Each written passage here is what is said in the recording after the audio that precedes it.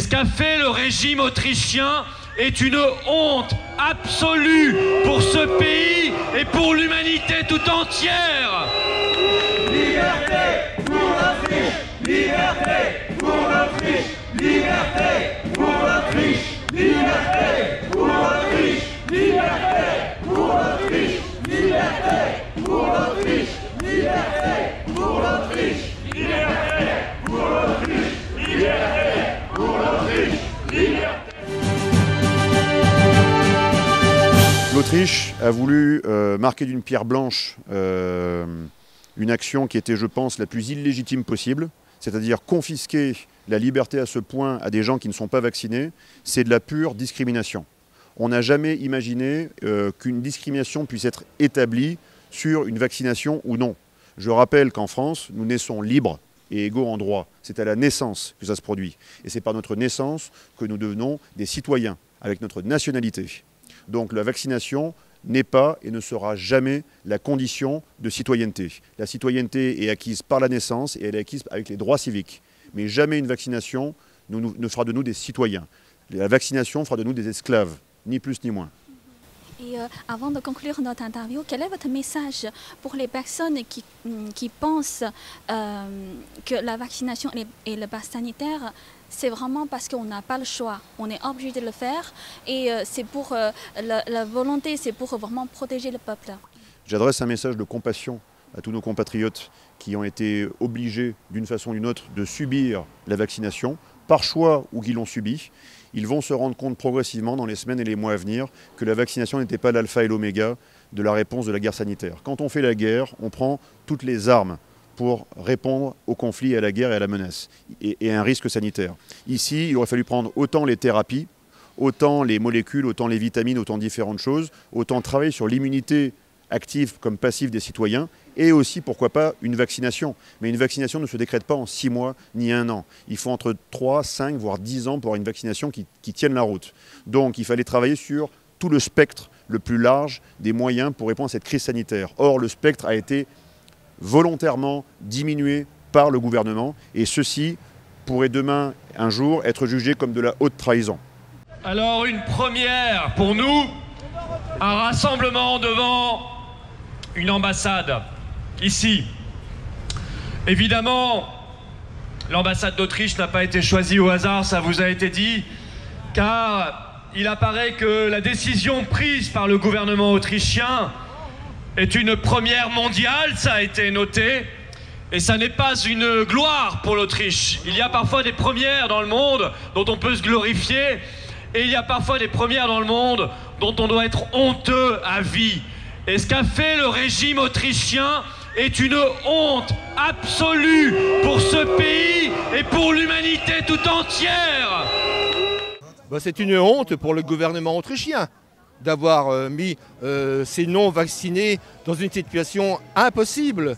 C'est une honte, ça s'appelle l'apartheid, la discrimination. Il n'y a pas d'autre mot. D'après vous, pourquoi ce type de mesure peut être réalisé en Europe? Mais c'est impossible, l'Europe est dans une situation catastrophique. Nous allons vers le chaos. Le chaos, vous savez ce que c'est le chaos? C'est voulu, c'est organisé et c'est voulu. Et nous y allons. Je ne peux pas développer davantage car ça m'attirerait beaucoup d'ennuis. Nous ne sommes plus dans liberté en France. L'expression libre n'existe plus. Il faut faire très attention à ces mots. Chaque personne est égale. On ne peut pas avoir une personne discriminée et d'autres personnes qui vont au restaurant avec un pass. Aller au restaurant pour prendre un café avec un pass, ce n'est pas ça la liberté. La liberté, c'est d'aller au restaurant sans rien présenter du tout. Et si la situation dure ou même la situation s'empire, quel est votre... comment vous allez faire en fait? Moi, je résisterai jusqu'au bout. Je résisterai jusqu'à la mort. On me mettra en prison, pas grave. Je résisterai jusqu'à la mort. Je suis un Français libre. Personne ne me prendra ma liberté. Et pourquoi pour vous la liberté est plus chère que votre vie? La liberté est plus chère que ma vie. C'est un fait, oui. Ma vie ne vaut rien sans la liberté. Bonjour, je suis Anne Fleury, je suis conseillère municipale dans un village de 800 habitants. Je suis élue et c'est au titre en tant qu'élue que je suis ici pour manifester contre les mesures liberticides et les mesures qui divisent le peuple et qui divisent les peuples de façon générale. C'est un problème universel, c'est un problème mondial.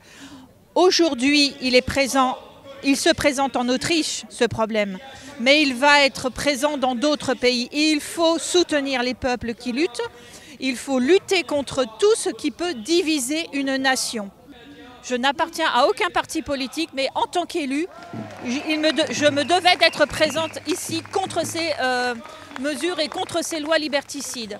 Eh bien, pour défendre ceux en Autriche qui sont enfermés chez eux et qui n'ont même pas le droit d'acheter des cadeaux pour leurs enfants. Enfin, nous sommes dans une situation d'apartheid, effectivement, et si ça fait école, ça va être terrible. Nous sommes dans la voie du fascisme, vraiment. Un fascisme qui, cette fois-ci, n'est pas dirigé par un dictateur terrible, mais par les gens qui se disent « nous sommes les bons ». Nous sommes les bons et nous décidons que vous devez obéir à tout ce que nous décidons, et notamment de séparer les gens qui sont non vaccinés et qui restent à la maison. Et puis voilà, enfin, c'est invraisemblable. L'avenir n'est pas macroniste, l'avenir n'est pas covidiste, l'avenir n'est pas européen, l'avenir est patriote. Vive la jeunesse, vive la résistance, vive la France. Liberté, liberté,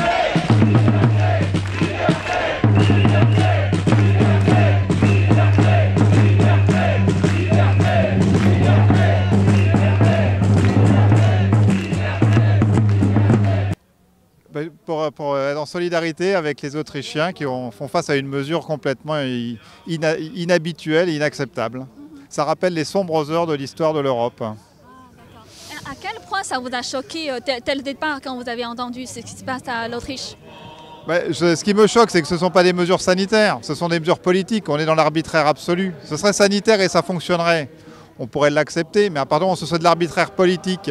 On ne peut absolument pas accepter que des gens prennent des décisions qui ne sont absolument pas fondées. Parce qu'aujourd'hui, c'est cette décision, demain, c'en est une autre. Et on va vers quelque chose d'absolument tyrannique et totalitaire. Donc c'est inacceptable. Dans les démocraties, ça ne doit pas fonctionner comme ça. Donc je pense qu'une grosse majorité des gens qui ne sont pas ou bien conscients de la situation, ou qui ne veulent pas le voir, ou qui n'arrivent pas à le voir. Et moi, j'ai le sentiment que chaque jour, avec de plus en plus de mesures complètement stupides, complètement irrationnelles, de plus en plus de gens finiront par se dire on ne peut pas continuer comme ça, on ne peut pas continuer avec les mensonges que le gouvernement nous livre et avec des mesures liberticides. Mais après, c'est à chacun de faire ce chemin intellectuel et on s'aperçoit qu'il y a beaucoup de gens qui ont beaucoup de difficultés à ouvrir les yeux sur le mensonge parce on n'est pas habitué ou c'est confortable, alors que la réalité, c'est que c'est très inconfortable. Et c'est surtout très antidémocratique. Pour soutenir les non-vaccinés autrichiens. Le peuple, la partie du peuple opprimée est mise à partie, mis à part des autres, traités de manière honteuse. Pour moi, par rapport aux droits de l'homme, illégale et honteuse pour le gouvernement autrichien.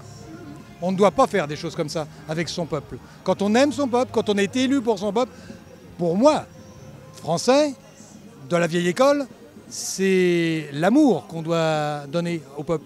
Essayer de l'élever, de le protéger, de le protéger de toutes les agressions extérieures, intérieures, pour qu'il y ait une fraternité qui s'établisse et un art de vivre et qu'on soit bien. Enfin, français, je parle, mais pour eux, c'est la même chose. En Autriche, on vit très bien, normalement. Là, pour ces pauvres gens, ça va être très compliqué et très difficile. Quand on voit qu'on les prive d'acheter des cadeaux de Noël pour leurs enfants, les enfants qui ne sont pas responsables, là c'est quand même un peu grave quand même. Voilà. je suis habillée en Marianne, donc c'est pour la liberté de la France, mais je m'habille toujours comme ça aux manifestations des patriotes. Effectivement, ce soir, alors je ne connais pas le symbole de l'Autriche, je crois que c'est un aigle, mais je n'avais pas de costume d'aigle. C'était pour soutenir le peuple autrichien qui se voit confiné, les non-vaccinés confinés, enfin, c'est absolument abominable. On revient aux années 30 dans l'Autriche, l'Allemagne, qui a fait tant de mal au peuple. C'est quoi qui vous a choqué plus dans cette mesure? La privation de liberté, on commence un petit peu à avoir l'habitude. Malheureusement, moi je m'y habitue pas. Je crois que c'est la goutte de trop en fait, d'enfermer une catégorie de population. Alors je m'excuse, je vais faire un parallèle que beaucoup récusent. Le parallèle des Juifs en fait, pendant la Deuxième Guerre mondiale, on les a désignés comme boucs émissaires de plein de choses mauvaises qui arrivaient, avec l'issue qu'on connaît. Ces millions de personnes qui ont été traitées comme des moins que rien au départ et puis finalement exterminées à la fin. Le parallèle pour beaucoup n'est pas évident, mais pour moi on s'approche quand même beaucoup de ça. Et je trouve ça extrêmement effrayant, voire terrifiant. Il y a une atteinte flagrante non seulement à la liberté, mais à l'égalité entre les différentes personnes. Et je trouve inadmissible que l'on séquestre et qu'on supprime une partie des libertés à certaines personnes sans aucune raison valable. D'autant plus qu'on sait parfaitement qu'aujourd'hui, les gens qui sont vaccinés peuvent parfaitement contaminer les autres. Donc on est à égalité partout. Et c'est simplement de la chasse, à ce qu'on appelle en France la chasse aux sorcières, aux gens qui ne veulent pas se soumettre, mais qui n'ont aucune raison d'être soumis. Voilà, donc la liberté c'est fondamental. La France est le pays des libertés et on se doit aussi de manifester pour soutenir les gens des autres pays qui ont leurs libertés qui sont complètement bafouées et supprimées. Voilà, sans aucune raison objective. Mais comment vous voyez l'avenir de la France? L'avenir de la France, vous savez, la France, historiquement, c'est toujours un pays qui a su se réveiller. Ça a parfois été long. Malheureusement, il y a eu des époques très sanglantes. Les révolutions, les choses comme ça, c'est passé par des périodes vraiment violentes. Donc c'est pas à souhaiter. Ce qui est à souhaiter, c'est qu'il y ait une révolution pacifique, comme on essaie de le faire tous les samedis en manifestant ou en essayant d'expliquer les choses aux gens autour de nous. Mais la France a toujours été un pays qui rue dans les brancards quand on veut l'enfermer. De toute façon, le peuple français, il est comme ça. Il faut espérer qu'il continue à se réveiller sur cette veine-là. Ce qui serait bien, c'est qu'il n'y ait pas de violence comme il y a pu y avoir par le passé. Mais d'un autre côté, s'il n'y avait pas eu ces violences par le passé, est-ce que la société, la population aurait pu obtenir tout ce qu'elle a obtenu depuis des siècles? C'est ça le problème. Et quand on voit certains peuples qui n'ont toujours pas aujourd'hui cette liberté que nous avons, nous, nos ancêtres se sont battus pour l'avoir. Et quand on voit qu'aujourd'hui, plusieurs siècles après, on continue à essayer de nous l'enlever, c'est dire la peur que génère la liberté auprès des dirigeants, en fait. Ils n'aiment pas qu'on soit libre. Ce qui les arrangerait, c'est qu'on obéisse sans réfléchir. C'est beaucoup plus simple pour eux. Et c'est ce qui se passe dans les pays totalitaires. Quand vous n'avez pas le droit de réfléchir, pas le droit de dire ce que vous pensez, pour les gouvernants, c'est très facile de gouverner. Et c'est ça qui est triste. Et il est hors de question qu'en France, ça puisse devenir quelque chose d'approchant de ça. Il y a quand même énormément de chemin. Mais c'est des prémices. Et vous savez, avant qu'il y ait un grand feu, il y a les petites brindilles. Et c'est les petites brindilles qui petit à petit se développent et créent un grand feu. Et le grand feu, on n'arrive plus à l'éteindre. Ce sont les lumières de l'espérance. Et c'est un symbole que nous devons reproduire manifestation après manifestation. Donc allumons nos flashs dès maintenant. Et les photographes pourront prendre des photos. Et ceux qui filment pourront prendre des films, des vidéos et les faire circuler à travers toute la France, toute l'Autriche et le monde entier pour montrer qu'il y a des peuples qui n'acceptent pas la soumission et l'apartheid.